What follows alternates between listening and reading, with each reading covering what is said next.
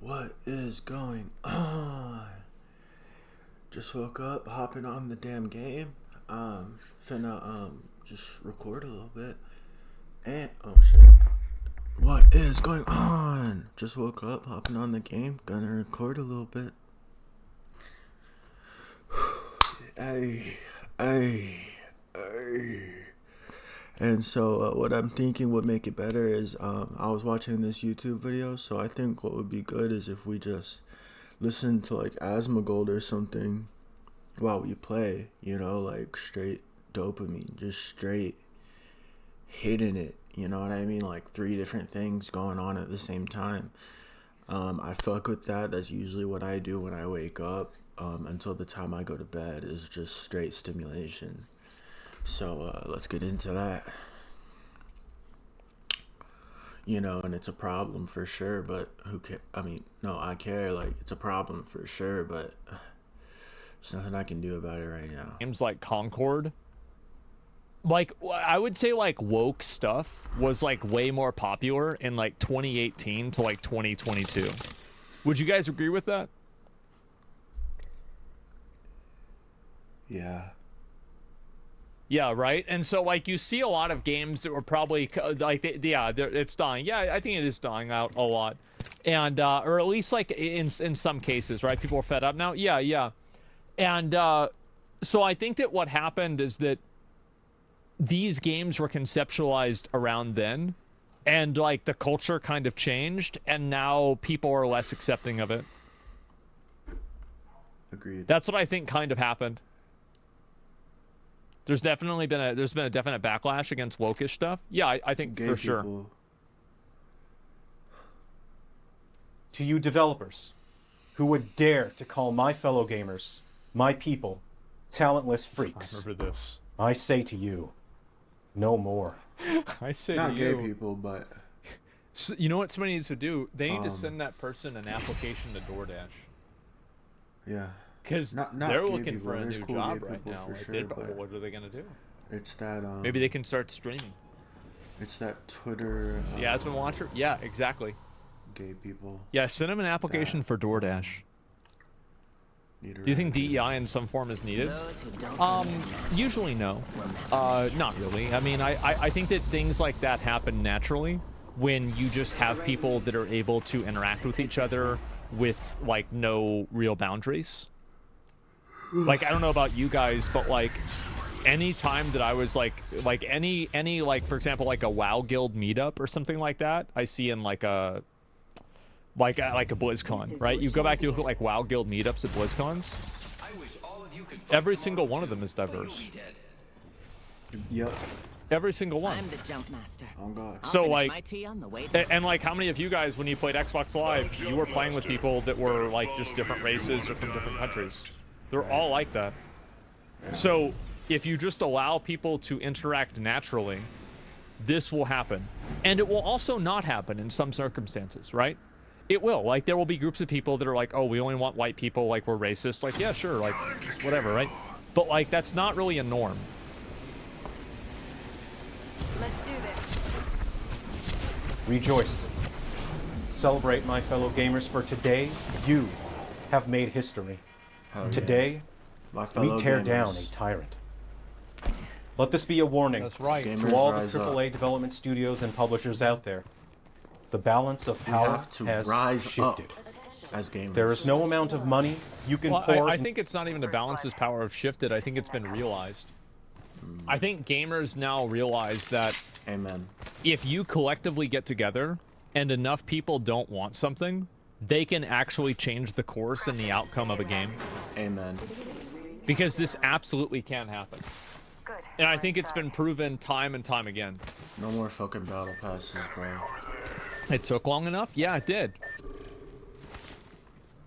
The problem with talking about woke stuff online is there's legit bigots, and it feels weird to share a side with them Here's personally. my thing is you should pay It doesn't feel weird $60 to me. for a game. Like, the leftists feel weird sharing a And get the side with whole people game. that were, like, communists and kill a bunch of Is what people. it is.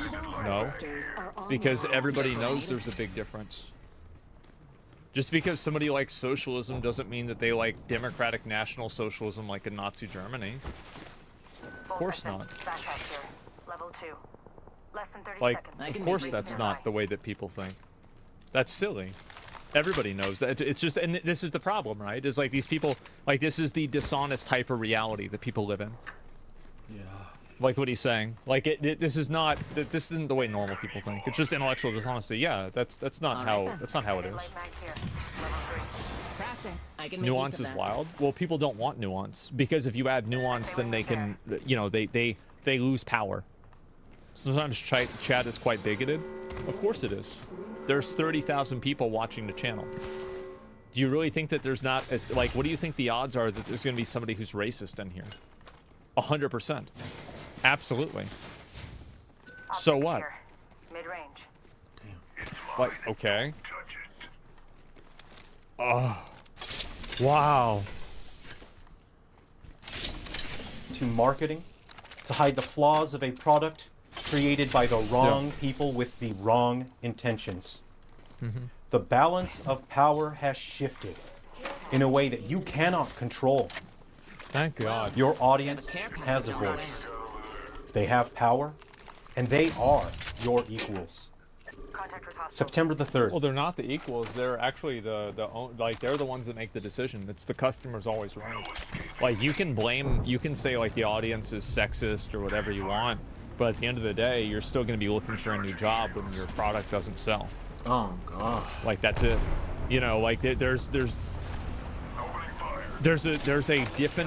definite like finality of it. Reloading. Enemy down. Remember this. Let it be heard. All across the world, today is the day we took back the video game industry. I hope so. To any developers or publishers out there who would dare to call my fellow gamers, my people, talentless freaks, Yep. do this at your own peril. Gamers because I rise will up. not stand idly by and I let love you this. demean my people. This Lastly, is so good. to Sony, Strong enough. you have So earned some dramatic, I respect know. by issuing full refunds to all the paying customers of Concord. That's actually a really good point. Sony did pull a really big W there. They actually, like, as I said, they just totally pulled the plug and they gave everybody their money back. They didn't try to like, oh, we're gonna try to drag you along and everything like this. No, they just straight up pulled the plug and said, nope, we're gonna give you your money back. Sorry about that. Yep, my bad. Oops. Because you think about it, right? That's huge. This is the best course of action you could have taken. Were I to give you a review on your performance in this situation, It's an A. I would say 7 out of 10. I'd say it's an A. Good. Good For a one. peek into the future, check your map. I found the next ring. Good one. Yeah, real good one. Pandas fuck around with DEI stuff. Well, I mean, maybe I'm an extreme minority. I don't really care that Concord wasn't good. Another DEI game flopped. Oh well. Optics here. I think that it really matters a lot. This is it, like I loved how dramatic this was and how crazy. This was great. I do think it's unironically a gamer. It's a gamer's rise up shit. Because like I think people and like players are starting to realize that collectively, if they can get together, if enough people can get together, they can determine the direction of whether a game is successful or not. And I think you saw that with things like Helldivers in positive ways, same like with Palworld and also with Wukong. But you're also seeing it in negative ways, like with things like Dustborn or with Concord or with maybe a handful. The funny thing is I can't even remember the other names, right? Because they're so dead. So, yeah, next is Ubisoft. I'll link to this guy's channel. This guy is great. I fucking love this. And I think a lot of people, again, have been, what's the word for it? They've been, like, shamed into thinking that their opinion isn't valid as a customer. And I think that now you've seen so much people speaking out against it that people don't feel like that they have that shame anymore. Because I think that a lot of people really underestimate the power of public pressure and the power of like public consensus pressure. And I think that's really what happens to a lot of people is like they get trapped in that and they don't want to go outside of that box because they're afraid they could get in trouble or something bad could happen to them or whatever, right? Why do you care about this? So sick of the gaslighting? Well, the thing is, like, at the end of the day, the reason why I care about it is that I think a bunch of weird, annoying, freakish people with no social skills and people that are fucking losers have taken over games, and they write games like losers. They write the games for losers. They're not interesting. They're fucking boring. The characters aren't charismatic. Everything about the stories are garbage. They're just unlikable people. They make unlikable characters. There's unlikable gameplay. There's nothing good about them. And so why do I care about it? It's like, well, if somebody came into your house and started shitting on your floor, and then you say, get out of the house, and you say, well, why? Why do you care about this? Well, because you came into my fucking house.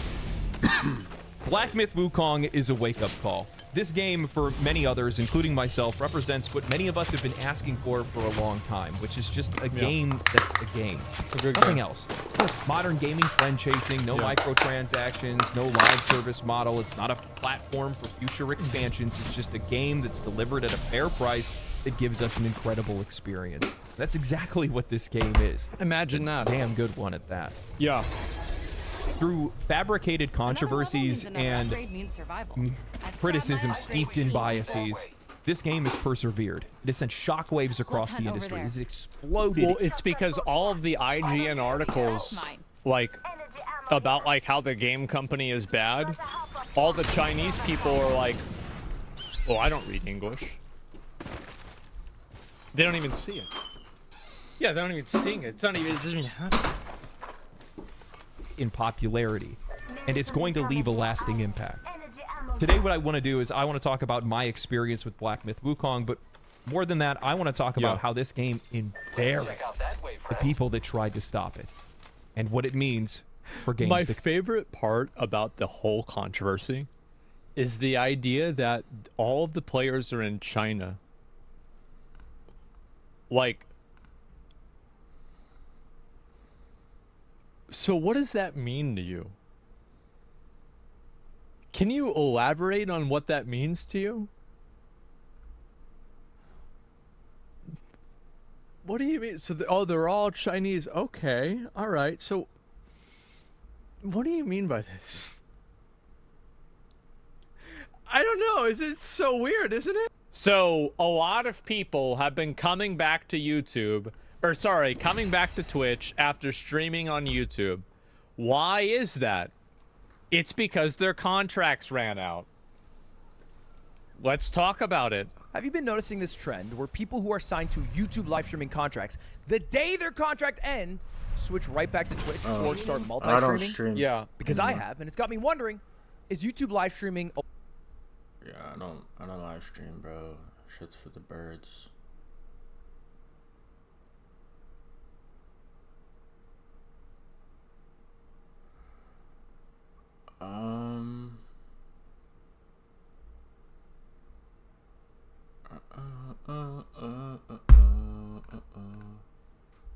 Who wants to be entertained, that was funny. It went viral and racked up millions of views, but soon after, Matan's popularity took a downhill turn, and his name disappeared from the mainstream media. This left It's so funny because, like, when this happened, I was first getting introduced to, like, one of the banks that I work with, right, for, like, my money, they were introducing me to an accountant, and I remember he was like, so yeah, I saw you do, like, video game shit, and this was the same time the Game Awards happened. And he's like, so yeah, like, what the fuck was that at the Game Awards? And even he was bringing it up fucking randomly. He's like, yeah, why did that kid start talking about Bill Clinton? And I'm like, yeah, everybody's been wondering that for the last week, too. Yeah, based accountant. He's like, yeah, what is that? No, that shit's funny as hell. People wondering what on earth happened to the Bill Clinton kid, and why did he fall off so hard? Hi, I'm the Internet Anarchist. I create weekly YouTube documentaries, and today we'll be looking into the fascinating rise, fall, and rise again of Matan Evans' online career. Did his controversial actions ruin his career, or has he managed to reinvent himself in an unpredictable way? We'll explore. Well, the truth is that, like, you don't really have a career whenever you do something annoying publicly one time, right? Like, you have to be annoying for a long period of time. how the Bill Clinton kid got famous and what exactly happened to him afterwards. Although Matan blew up in 2023, his online presence started way earlier than one might expect. Back in 2019, the protests in Hong Kong were at an all-time high. Authorities introduced harsh bills that compromised democratic freedom, and in response, fierce protests were held against them. People all over social media were showing support for Hong Kong, including a 12-year-old kid named Matan Evan. Matan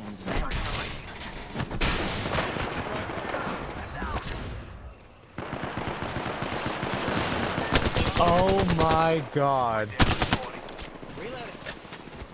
was a long-time supporter That's of the so cause fucking and funny. wanted to make a special statement for Hong Kong. Holy In shit. October 2019, Matan was caught on screen in an NBA game waving a shirt that said, "Fight for freedom, stand with Hong Kong," before the camera quickly panned away from him. Yeah, I Just a few bet. days later, on October 23rd, esports journalist Rod Breslau tweeted about it, and the post blew up, getting over That is so 223,000 fucking funny. likes. However, rumors I didn't began even know spreading that. Matan had been kicked out of the game.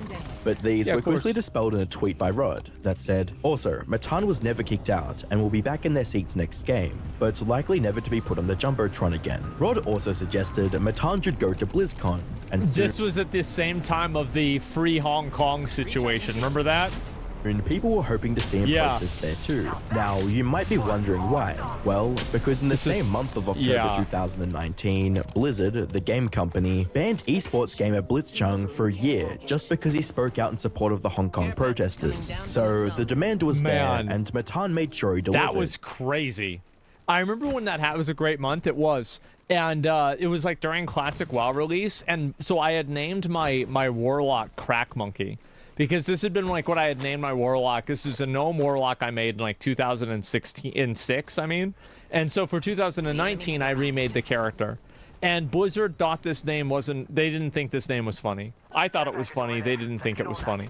And so I renamed the character Free Hong Kong like 3 days after this happened. Whenever they forced me into a name change. Shortly after his appearance on the NBA Jumbotron, Matan tweeted a video on November 3rd, 2019, showing himself at the World of Warcraft panel shouting, "Free Hong Kong."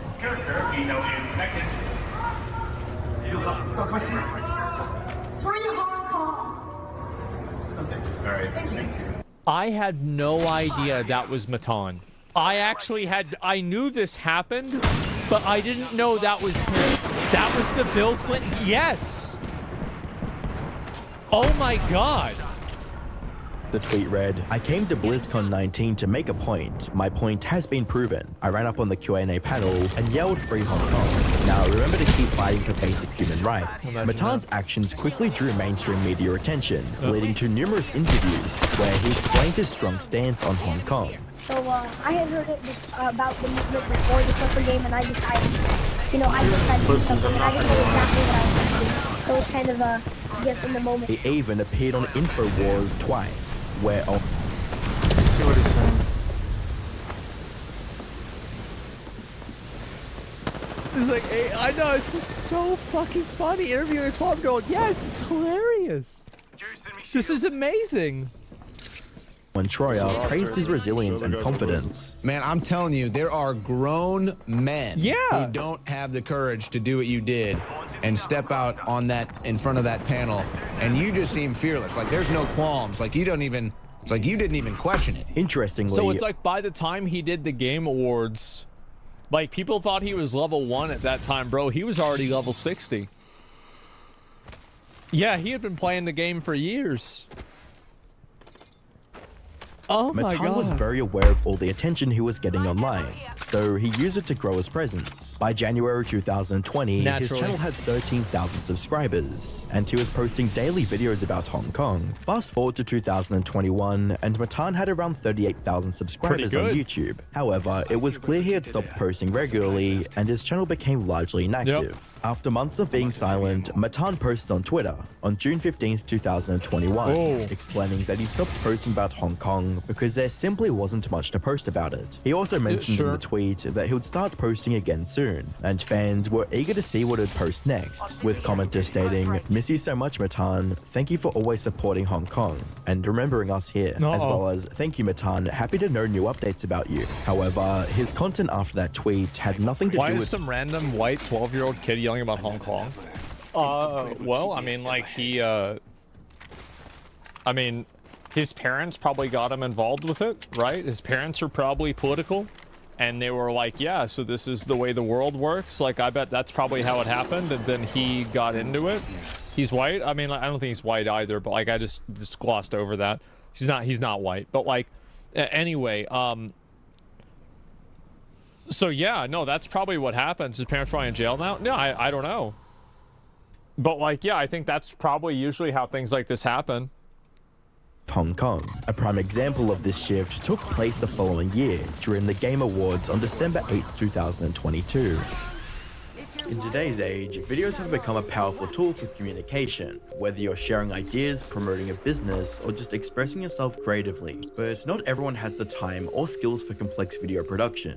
So how can anyone create engaging videos without spending hours learning complicated software? AI. This video is sponsored by InVideo AI, which might just have a solution to this challenge. InVideo AI is an AI video creation tool that's gained popularity recently, with over 10 million users across more than 150 countries. It's the only AI video creator that's designed to simplify video creation for everyone, and acts as your personal sidekick, helping businesses, educators, social media enthusiasts, and aspiring filmmakers. Here's how it works. You start by describing your video idea in a simple text prompt. InVideo AI then generates a draft video, which you can then refine using text commands. Maybe I should do this and then react to the videos that I make.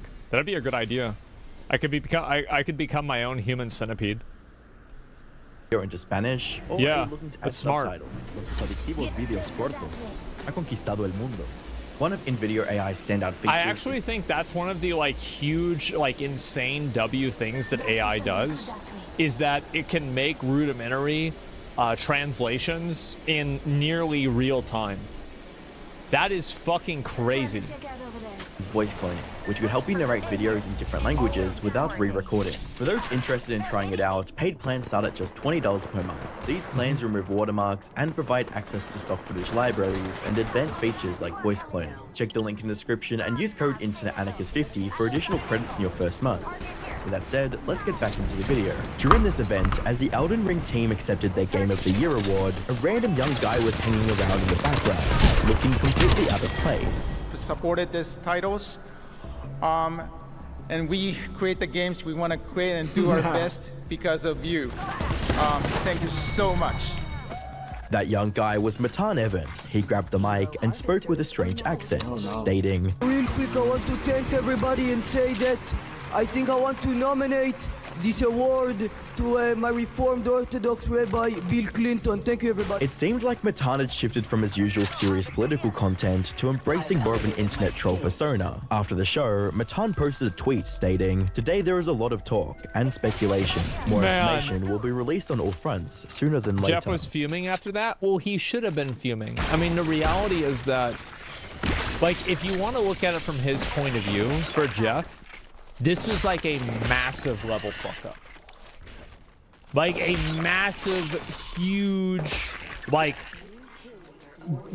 huge fuck up, right? Because, like, it's a security fuck up, right? Massive security breach. It's insane. Not even, like, I mean, we're not even talking about, like, you know, it making the developers look bad or anything like that. I don't think the devs, I bet probably the From Software guys, I bet a lot of them probably thought it was funny. You know, in retrospect, probably thought it was funny, like, okay, yeah, sure, right? And, like, the stupid kid happened. Yeah, they don't really give a shit. But, like, it was definitely something that made them look bad. Huge security lapse? Yeah. They didn't seem to care. Why would they give a fuck? They just made it Elden Ring. Like, yeah, yeah, they don't give a fuck. Like, okay, yeah, whatever. Extended heavy mag here. Level 4. This tweet received over 22,000 likes and was retweeted thousands of times. Naturally, the whole incident went viral, and mainstream media outlets like Vice dove into Matan's online persona. It was on InfoWars when he was 12. Which sparked a ton of conspiracy theories, with a headline reading, "The kid who crashed the Game Awards was on InfoWars when he was 12. Some even went as far as to accuse him of being anti-Semitic, like this Vice article from December 9, 2022, that claimed his Yeezys were proof of it, since Kanye West, who made Yeezys, had, quote, gone on several anti-Semitic rants recently. See, this is the kind of stuff that, this is the kind of stuff that people hate journalists for. Like, it's like these, like, massive reaches. Like, what? What are you talking about? No, that doesn't have anything to do with it. What do you mean? I'm gonna make this world bleed. However, one of the most notable articles covering the situation was a write-up by Polygon, which included an interview with Matan. In the article, Polygon mentioned that Matan stayed as troll character throughout the entire interview. It stated, "When reached by phone on Friday, Evan refused to break character and dodged questions about everything, from his political leanings to the circumstances of his removal from the Game Awards stage." Polygon also mentioned that Matan claimed he was Jewish, and that his comments regarding Bill Clinton weren't anti-Semitic or tied to any far-right views. However, despite saying this, Matan often wore Yeezys and rocked a Jesus King hat, and because of his constant trolling, people thought he was lying. But if you dig deeper, it looks like his claim to being Jewish was legit, with a tweet from Jason Schreier stating, "Just spoke to the guy who interrupted the Game Awards. He says his name is Matan and that he is 15 years old. Some thought his speech was an anti-Semitic dog whistle, but he is almost certainly a Jewish prankster. He understood a question I asked in Hebrew, then pretended he didn't." All of this By the way, that's so clever to do. That's what a play. Absolutely. Constant drama W marked a gotcha, clear yeah. shift from Matan's early days as a young activist fighting for human rights. Matan had evolved, and his new strategy was to grab attention with edgy statements and a provocative persona. Naturally. For instance, in an interview with Neon Sniped Panda on December 11th, 2022, Matan joked about saying, One of the comments somebody asked me if you, the host of your school with the Nazi salute, because I went like this. I wasn't doing a Nazi salute. I was talking about meeting Bill Clinton and touching the top of his head. He's Jewish, y'all. Don't be fucking weird. Viewers absolutely loved his simultaneously serious and comedic who give a fuck about that's funny to me. Yeah, that's funny. takes, with comments stating, "True trolling is hard for most people to understand. Good job." As well as, "Matan is clearly very intelligent. It's Name not 5 just about books. memes." Oh, Just bro, 3 days remember later, that? he posted another video continuing his political commentaries in a podcast with Destiny. I'm disagreeing that there's actually, a group of people controlling all of the governments all over the world. Yeah, or like if you believe that, I feel like you probably need some exceptional evidence to prove that, yeah. Right, I feel for the most part it can kind of be proven, and I feel like using, common sense and logic, it should be, In another video posted on December 17th, 2020. This was the one that went crazy. You see, like, I actually think the Game Awards one, like, that was the one where people knew him from, but like the name 5 books. You're lucky, I like you. Got a new upgrade. This one, like, 10 books? Oh, is it 10 books? This was crazy. 2, Matan is seen having a heated discussion with some OF models. Throughout the conversation, he repeatedly challenges their intellect, saying, I didn't know that I was gonna be talking to a bunch of illiterate people who don't know how to read. Literally 15. What do you know? Bro, you know how to read? Here we go. Yes, I do know how to read. Name 10 books. So good. Are you serious? Yes, 100%. Name 10 books. Well, I read Game of Thrones. I'm obsessed with like the Twilight series. Game of Thrones, the series? What's the book called? It's not called Game of Thrones. This video blew up, garnering over 3 million views, and people... And you know that she didn't immediately say what it was. Yeah, Song of Ice and Fire, right? Yeah, of course. And... yeah, so she just lying. What was this? To be honest, I hate him, but he slaughtered them? He did. That was, dude. Name 10 books. You know how to read? Name 10 books. Oh my god. In the comments, we're Fatality, backing I Matan know. all the way, with comments reading, "Scary how a child is wiser than a bunch of adults. I'm starting to think that this kid is the future of our society. He's got more common sense than most adults." As well as, "Imagine a group of adults trying to bully a 15-year-old and fail." It's true.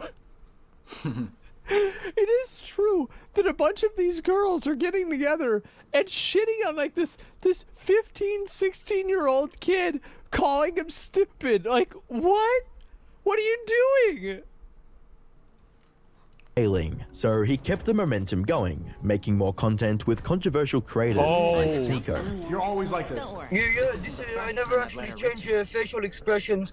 You know, very rarely if something surprising happens, I'll go. But just for the most part, I stay like this. And a lot of people think that I'm a troll, but I'm not. And even if I was spreading good messages, then the outcome is positive for everybody. Matan also started posting short-form content on TikTok, where he currently has over 1.2 million That's a lot. followers. His content mainly features clips from his controversial podcasts and interviews, as well as videos of him annoying random people in public. Excuse He has a lot of those. Are you interested in boxing me today? I'm trying to start fight with random people. Are you interested? Working right now, sorry. I want to fight you. I want to knock you out.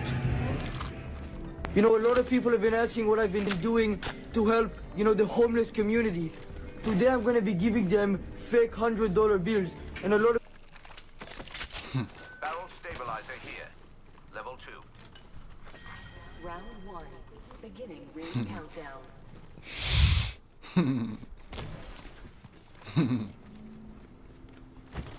So that what they spend $100 bills and then they go to jail for counterfeiting, and so now they're not homeless anymore. Like, this is the thing is to me, like, you guys have to understand that First blood. Someone cracked under pressure. I am probably so lucky that I could only upload to MySpace, and I couldn't do this whenever I was a kid, because I would be doing this exact same shit. I would. Anytime there was a way to broadcast something across the school, like we would, did you guys ever have like the thing where you would call into the school network and like you could make an announcement? We figured out what the name what the code was from the you know, somebody who worked in like the office, and we would call in and we would play Akon, and we would play Soulja Boy over the radio, and it would be on every fucking classroom. Soulja Boy, tell him, like fucking, and everybody just be losing their fucking mind. Same, yeah, want me out, yes. And so I'm so glad, actually, I think the world is so glad that the internet didn't come out earlier for me, because I would have done this exact same shit. Watch me crank that, yeah. People would ask, how is that actually helpful? You know, today, here's the money. However, it wasn't just strangers Matan would go after. Matan soon started to follow and borderline harass popular creators on the internet. Naturally. One of the most notable of these instances was in February 2023. Oh, this was so funny, bro. Kai cooked him. I remember this. Yeah, I forgot this happened, but yeah. When Matan tried to crash Twitch streamers XQC and Kai Snat's trip to Universal Studios. Yeah. Yo, I've seen him before. How you doing? What the hell? What's going on? You're the most random person. You're not with us. You're not with us, but I've definitely seen you before. How you doing today? I'm doing good. No. You're not with us. I'm not even about to. Yeah, he recording. You recording. You're not with us. Yo, Cuddy, don't let him follow us. Yeah. I don't got nothing. It was obvious from the video that Matan wasn't welcome and that his weird behavior made them really uncomfortable. But Matan. Which, I mean, you gotta make. I mean, like, I bet honestly, like, it's just. The reason why is that if you make content, it's like this really big problem where having some snipers and people show up is actually not a big deal. It's not bad.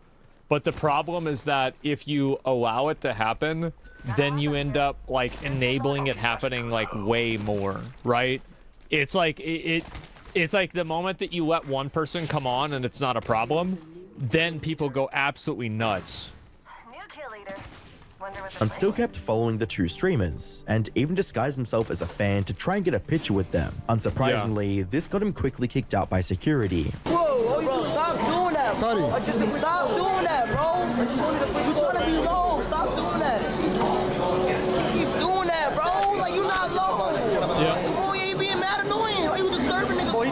But he didn't stop there. Just a month later, in April 2023, Matan posted a video of himself calling out wrestlers during their matches at WrestleMania 39. Hey, Michael, you gotta get up. Michael, you gotta stop crawling on the floor. Michael, you gotta stop crawling. It was deliberately stirring up controversy everywhere he went. That's exactly what he was doing. Absolutely. Yes. Where the fuck are his parents? As I said, and this is coming from the person who would... I had this strap-on chicken hat that I would wear at the bus, where I would stick my head out the window and scream at people and throw rocks at them. So whenever I see a kid acting like an attention-seeking psycho and being extremely fucking annoying, I think to myself, ah, yeah, those were the days. Oh, yeah. Yeah. Oh. It's good to see somebody carrying on the tradition. Yeah, the good old days. Yeah. Because soon after, Matan found himself in another altercation. Oh my God. This time with Hassan Piker, the left-wing Twitch streamer and YouTuber better known as Hassan Abi. For context, their feud took place in summer of 2023 Oh, during the I Writers remember Guild this. of America strike. Writers Yes. were pushing for better pay, protections against AI, and other crucial demands. In solidarity with the WGA, Hassan Yep. was on the front lines of the protest, picketing alongside them. We're here at Netflix headquarters here on the corner of Sunset and Vine, and what are we doing here today, Adam? That's when Matan approached Hassan and started mocking him while he was protesting. He also uploaded a video of the encounter on Twitter, which blew up and racked over 26 We million. love Lance.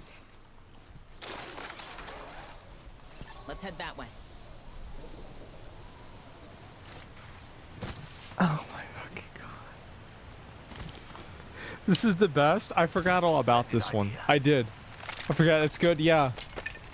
Views. During the video, you can clearly see that Hassan is getting annoyed. What's going on? How you guys doing? We love the landlords. We're here to protest against the landlords and the unions. We love them. The more you do that, and the more you end up hurting, the more you end up hurting capital. We love. Just saying the same thing that Hassan is saying. Let's fix that in the near future.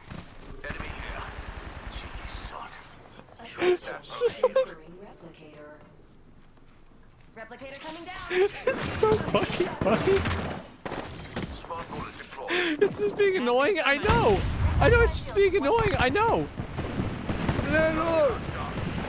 We love them. In response, Hassan quote retweeted the video and Yeah. said, "Aight, never mind. Maybe children do deserve the coal mines." After some back and forth between them, Matan was determined to get the last word and responded by stating, "You tried to scare me by getting in my face. Then you shoved a pole at me like a little bitch. I asked if you were threatening me because of how pathetic you look. There's a reason your cameraman panned away." This tweet ended up gaining over 14 million views. And just as Matan hoped, It's like, I don't even know if this happened or not. But the thing is that, like, anybody who's, like, really opinionated, right? Like, Hassan is, like, very opinionated. And so, it doesn't matter what's said. People will just be, like, immediately, yeah, true. He did? I don't remember it happening. It grabbed everyone's attention online. Oh my Even God. mainstream media picked up the story. Yep. Kotaku publishing an article about it on May 5th, 2023. Bro, did they It picked up the really? story.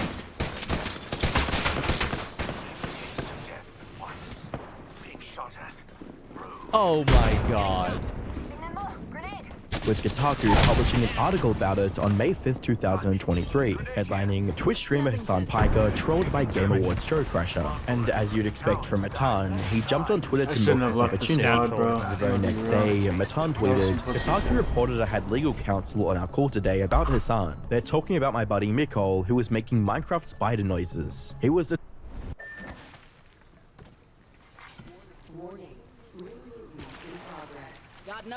I don't even know whether this happened or not. That's the best part. He was determined to keep eyeballs on him. And so 4 days later, on the 10th of May 2023, when Hassan tweeted that he was in the UK, Matan responded with the video from inside See the plane. you soon, captioned, brother. See you soon, brother. I remember However, this. Despite God. his numerous controversies, Matan was still mostly known as the Bill Clinton kid He who was. crashed the stage at the 2022 Game Awards. So when the 2023 Game Awards rolled, Do you know that they had, I think, photos of him? And it was like the security were like, you know, Jeff was like You see this? See him? No. No, he doesn't know anybody. This isn't my nephew. No, he doesn't know Bill, who works in production. No. Yeah, wanted poster? Yeah, exactly. Around, Matan let everyone know who was planning to attend by tweeting about See you tomorrow, reading, Jeff. See you tomorrow, Jeff. But this time, Jeff Keighley made it clear that security would be tight, leaving no chance for any slip-ups. And that's exactly what happened. Yes. Matan's tweet came back to bite him when he was immediately and permanently banned from attending the Game Awards. That's right. He reacted to this ban on Twitter saying, "Why would they trespass me? I can't believe this." Yeah, that's right. Yep. I wonder why. Anything they don't understand. Safe to say that Matan is a well-known internet meme. However, his antics now go way beyond just being meme-worthy. Some might even describe his new form of divisive content as pure rage bait. For instance, he tweeted a picture of him with the actor Samir Lee in February 2024 with the caption, "This asshole asked me for a photo." And while joking around, I bet Samir Lee, I bet he thought this was funny. Introducing your champion. Hope you're not afraid Yeah, to get your hands yeah, it's having a bit of a laugh. It's not a big deal. What? Who getting mad? Some may consider this as just a harmless tweet. Yeah. Matan's YouTube videos are a completely different story. On the 29th of April 2024, Matan uploaded a video titled "Dominic Cruz on Fighting Sean O'Malley and Changing Genders." During the video, Matan and UFC commentator Dominic Cruz discuss whether women should be allowed to fight in the UFC. Do you think women should be allowed to fight in UFC? Oh yeah. What if they're disabled? Then have another disabled women fighter. Then Matan takes it a step further, asking Cruz an edgy question about a hypothetical fight between the light heavyweight fighter Jamahal Hill and a disabled woman. One man and one disabled woman. The woman is a lightweight or bantamweight, and then it's a light heavyweight man, maybe Jamal Hill. He came on the podcast before, so he will be able to do a good one. And if this wasn't questionable enough, on the 10th of June 2024... I'm confused about this. What about this is problematic? About a hypothetical fight between the light heavyweight fighter Jamahal Hill and a disabled woman. One man and one... Well, I think that if I'm understanding this correctly, would a UFC fighter win against a disabled woman? I mean, I think he would. I think I think he'd probably come out ahead. Yeah. Disabled woman. The woman is a lightweight or bantamweight, and then it's a light heavyweight man, maybe Jamal Hill. He came on the podcast before, so he will be able to do a good one. And if this wasn't questionable enough, on the 10th of June 2000... Yeah, I don't find this to be problematic at all. I think it's just funny. Like, I nothing here like this. I don't... Yeah, this is just... Like, you could think it's stupid, right? Or you could think it's not funny. But, like, is it bad? It's not bad. It's just funny. 2024, Matan interviewed Zerka in a video titled "Zerka Gets Confronted About HS Toki Fight and Scamming Fans." During the video, Matan uses his troll humor to ask Zerka an awkward question. So if you could just tell everybody, give them a little bit of an introduction if they don't know you. I am Zerka. I am an influencer. Influencer? What does that mean? That can mean lots of things. I influence the youth to do the right thing. To do the right thing? So you have like an online, people have seen you online before. All that one, you're not like just starting out. You've been on there for a while. So here's his strategy. Oh, yeah, Zerka's been around. I've known this guy for like, 7, 8 years. Damn, I feel bad, but I'm sending a text my mom. Since like 2017 or 18, something like that. Yeah. It's been a long time. Really? Yeah, because he was on Twitch a lot for a while, and then I met him in like 2019. He was like visiting Summer's Fun Transplant. Yeah, people. Yeah. Care package coming down. Yeah, of course. It's been around for a while. John Zerka's fucking retard. I don't know what he's doing nowadays. I have no idea. I'm just saying, like back then. Who's on Raj? He was on Raj. In a nutshell, Matan takes the most explosive moments from his interviews and turns them into short rage bait clips. He does this because it works. In the last 365 days, his long-form videos have given him 7.2 million views, whereas his short clips have pulled an impressive 329 million really views. good. However, despite all of this, Matan's channel has been struggling with subscriber and view counts ever since mid-2023. Well, yeah, it's built around controversy, and the problem is always that if you build your content at the expense of other people, or you build your content that is around being a nuisance, this kind of has like an expiration date, and people don't find it entertaining anymore. And so, and there's like a number of reasons for it, right? So like the reason why Bruno wasn't as good as Borat, and the reason why Borat wasn't as good as Ali G, is because more people knew Bruno than knew Borat, and more people knew Borat than knew Ali G.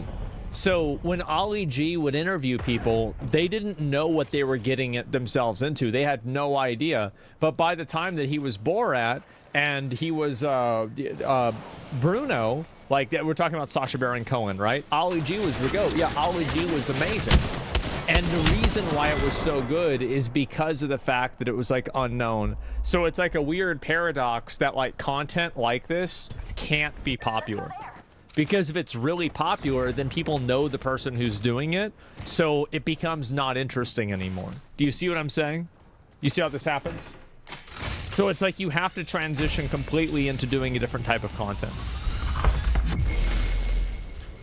Since then, his monthly view counts have dropped by a whopping 90%, and his subscriber growth has slowed down significantly. This decline explains why Matan has been working so hard to rebuild his audience. His brash, impulsive content still shows he's figuring out his voice as a creator. As part of his trial and error... He's still like, I mean, he's like 18, right? He's like 17, 18, 19 years old. Like, it's gonna take it takes time to figure shit out, right? I mean, like, the thing is, the kind of stuff that I did whenever I was like 12 was like way different than what I did at 15, which was different than what I did at 17 and 19 and 21. And like, you guys have seen a lot of that, right? And so like, yeah, that's just the way that I don't think that that's bad. Yeah, that's not, yeah, he's still a young buck. Yeah, he got time.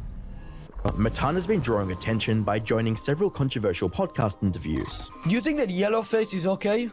No. Because every time I go to Universal Studios, I see a lot of little yellow people with yellow face. If they're minions, I think that's probably okay. And it looks like his efforts are finally... And that's what's funny about it, right? And like that type of interview style is fucking hilarious to me.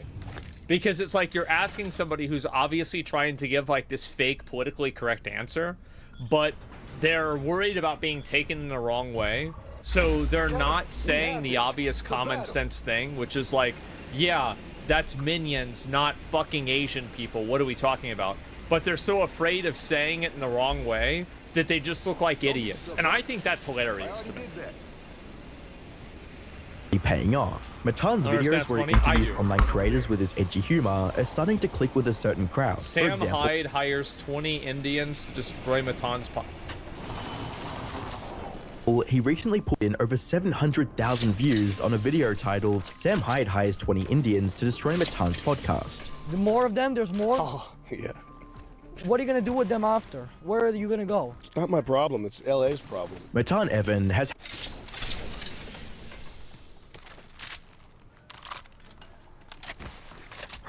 Oh my god. It's crazy how, like... I need a barrel mod. I want to do a racism chart after this. Had his 5 minutes of fame, and then some, constantly trying to stay relevant on the internet. While some may think is fading into obscurity, it seems is slowly and steadily expanding his audience. It's smart of him to focus his videos within a specific niche, and it might only be a matter of time before Matan goes viral again. It's safe to say, I'm excited to watch what he does with his career, as he genuinely seems like a talented and humorous person. I cannot wait to see what happens. I really can't. I think that he has such a great future ahead of him. He's only 18 or like somewhere around there. He's a really young guy. He's already done a number of like really funny things. Like honestly, he has so far to go. He's a clever kid. He is. And he's going to have fuck-ups like that Kai thing made him look like a complete goofball and a clown. Absolutely. But other than that, man, that was so fucking funny. He's young, he'll be back? Yes, the Game Awards is close. He needs to go. See, like, I think that if you were to ask Jeff privately, off the record, over drinks, at the end of the night, was it funny that it happened? He would probably say abso-fucking-lutely. I think probably looking back on it, I think he's like, yeah, it was pretty funny that happened, right? No, he wouldn't. I don't know. You guys don't think so? It made him look like an idiot? Yeah, no, I mean, like, like, I'm talking about, that's what I'm saying. Like, I think that you can look at it from a professional stance, right? Maybe it might be too personal, but, like, I could see where, like, I can see, yes, obviously it's entertaining that this happened, even though it made me look bad. It's cringe as hell. Yeah, I think he'd laugh about it now. Yeah, sure. And in hindsight, he would be? Yeah, of course, in hindsight, right? But we don't really know Jeff? No, I don't. I've talked to him a few times. He's actually been, like, literally, like, the best guy.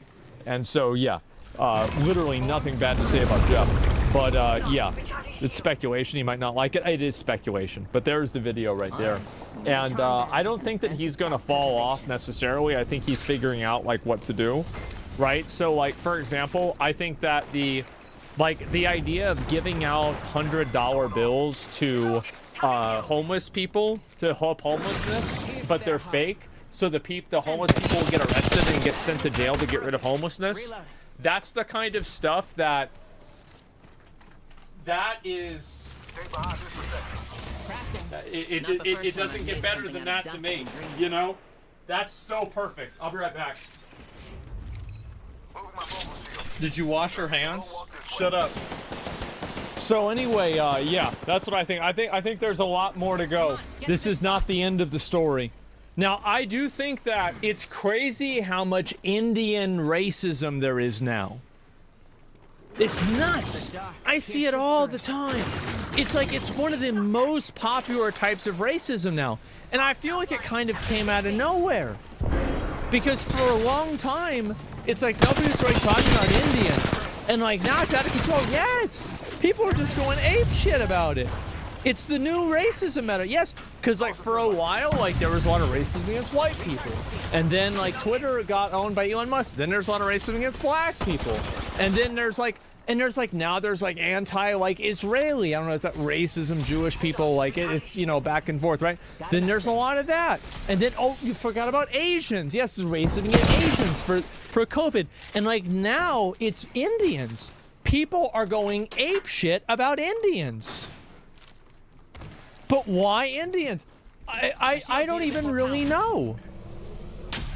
I really don't. This is racism meta. Yeah, it's like I think that Indians have scaled, and the crazy thing about it is because like I don't really know why it is, but it seems like it's way more socially acceptable to be racist against Indians than it is against a lot of other groups. It is. It's Patch's crazy. Yeah. The scam centers? I mean, but yeah, but there's tons of people that run. The people that are running the scam centers are usually, like, some of them are white people. Like, it's not like Indians are the only scammers. Like, what do you mean? It's just crazy. Indians just don't cry about it. Yeah, I'm trying to think about this. I think it started with the Indian food TikTok. Scam calls are like 90%. Native American? I feel like there's not really a lot of Native American racism. I mean, like, is there? Like, I don't really think so. I mean, I feel like there's such a small group of people, there's not a lot of conversation about it, really. And if there were more of them, there'd probably, of course, there'd be more racism. Because that's what people do. In Canada? Oh, right. Yes. In Canada, I think it is different. Enemy there. You got it. They're generally rude as fuck here in Corda. There's a big rape acceptance culture, what makes them very unpopular. Yeah, it's like I hear that kind of stuff, and I always wonder how much of this is really true. Because I'm the kind of guy that, like, I hear something like that, and I say, like, yeah, sure. But I don't know, man. Bro, who said that? Yeah. women are very unsafe in India, like extraordinarily unsafe. Yeah, I hear that sometimes from people. People say a lot of bad things about women having bad experiences in India, but like India is different than Indians. Am I crazy? Like, I don't know. I see an Indian here, you know, and his name is Bill or William. Like, yeah, he might have some last name that's fucking 15 letters or some shit, but his name's William. Like, what the fuck? Yeah, I don't know. India's Canada? Yeah, I don't know, man. White women are crowded and even chased? Yeah, but that's in India. I'm not going to India. They're not in India either. You ever think to yourself, maybe the reason why these Indians are here in the West is because they didn't like it over there? You're like, get the fuck out of there? Yeah, I don't know. Extra supplies here.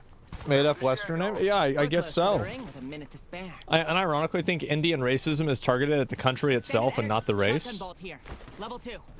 You think it's actually just about people just don't like India and not really Indians? I think that's I mean, that's fair. Like, maybe.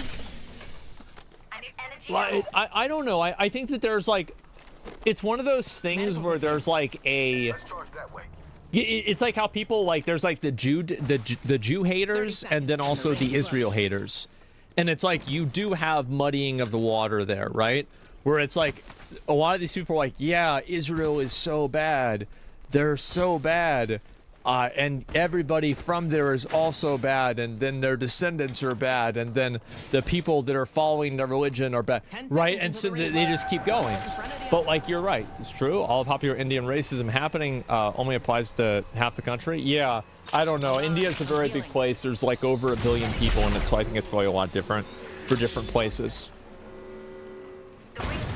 Google CEO, Microsoft CEO, IBM CEO, or so on are Indian, but people think that they're stupid. I think that actually is one of the reasons why people feel like they're more comfortable being racist towards Indians. It's because they're, what do you call it? It's because there's like a number of like people that are Indian that have like high positions of power. So it's like, okay, this is a group that's like has like some degree of status. So now we can shit on them. Threaten? Well, this is the way it is. People always want to be able to punch up, right? It's called model minority.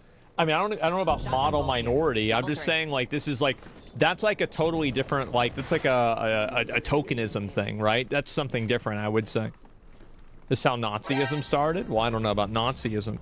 I think this has been a big problem with movies for a long time. I think Deadpool is a great movie that's ironic and it breaks the fourth wall and it's funny. I think the problem, though, is that a lot of things try to be like Deadpool, but most actors don't have the charisma of Ryan Reynolds or Hugh Jackman, so it just doesn't really work. I am a god, you dull creature, and I will not be bullied by it.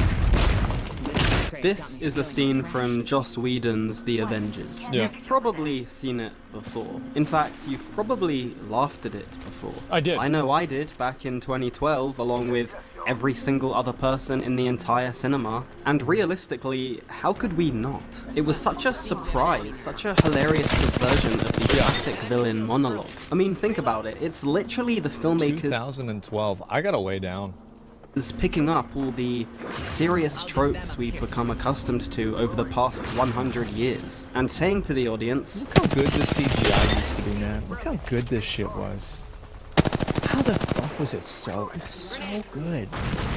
To the audience, hey, you and I have both seen this scene thousands of times before, right? We both know what you've come to expect from this stuff, so how about we just throw this formula around like a ragdoll and try something new? And in the moment, this seems like a really exciting proposition. I mean, come on, an era where stories are sentient, an era where movies know they are movies and which can therefore create this new age relationship between storyteller and audience, one which is interactive and two-sided, which knows our expectations and therefore knows how to play with and subvert them. What could possibly go wrong?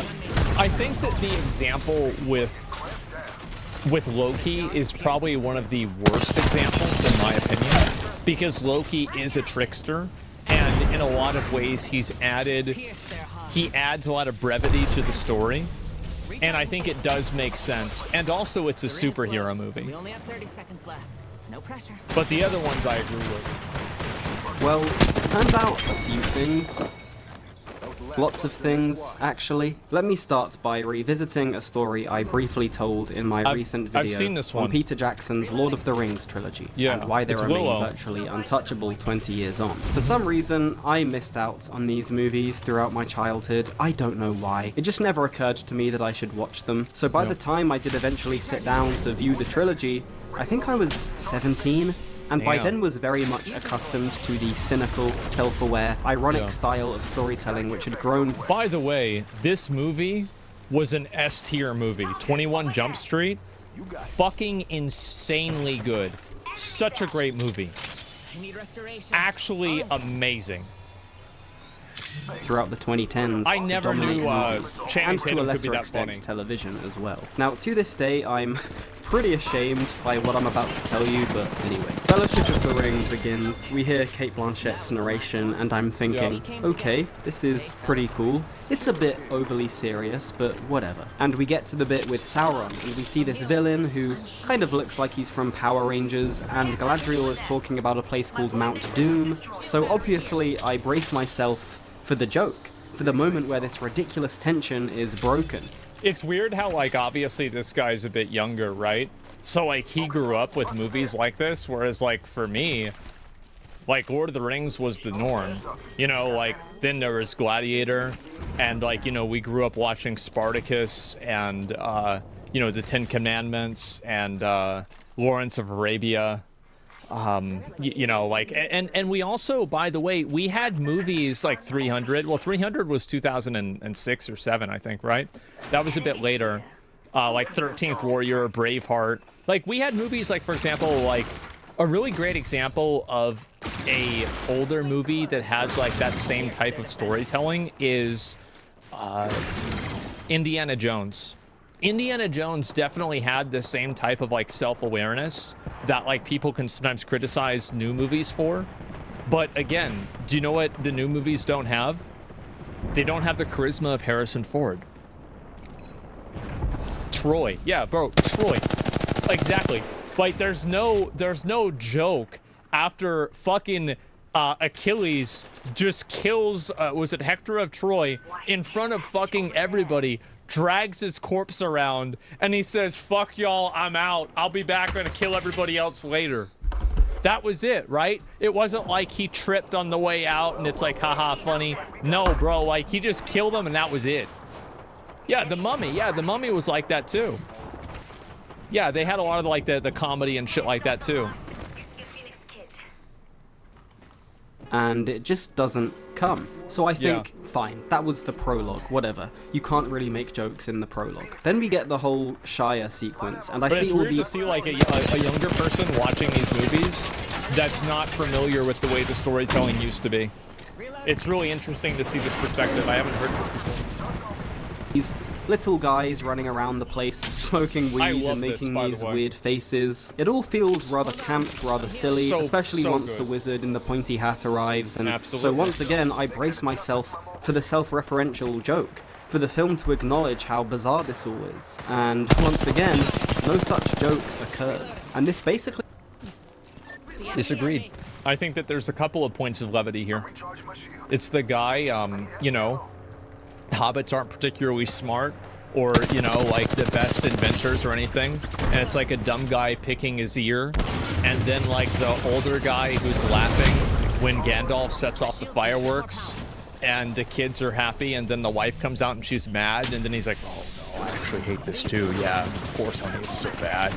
You know, like, so there actually was brevity in Lord of the Rings.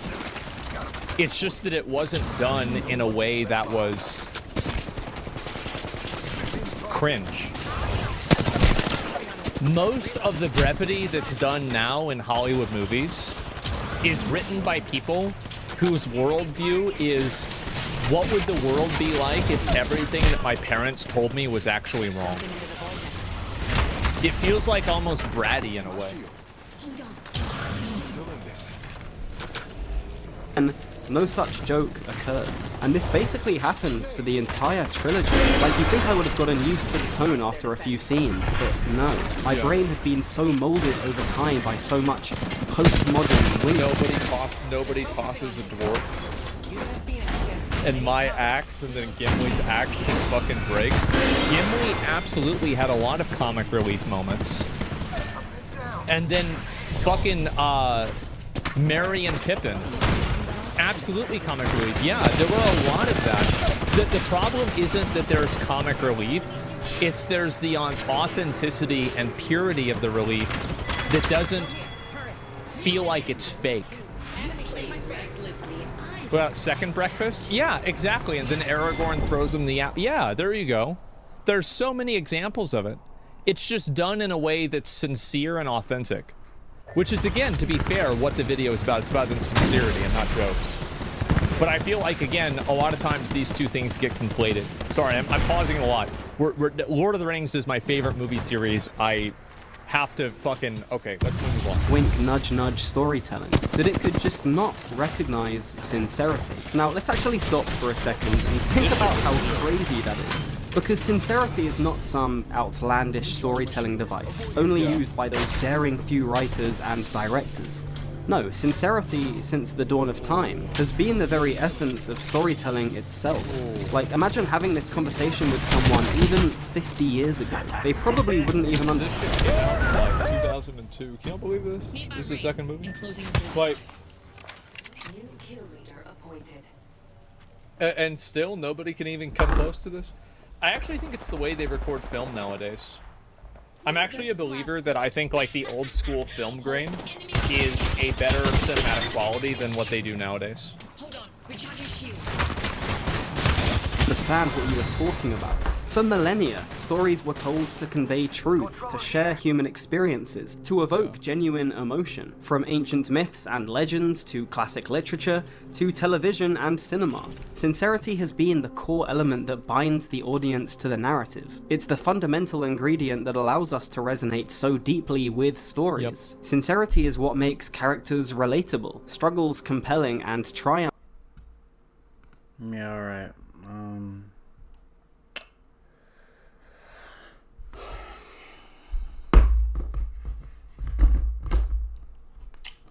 I really want to break into somebody's house. Right? Well, what I really want to do is find somebody on Twitter, right, who's debating something and uses words like the blank situation. Okay, I want to find that person. I want to figure out how to figure out where they live. That shouldn't be too hard, right? IP addresses and everything. Go to their house in the night. Break a window. You know, be quick about it. Wear a mask or something.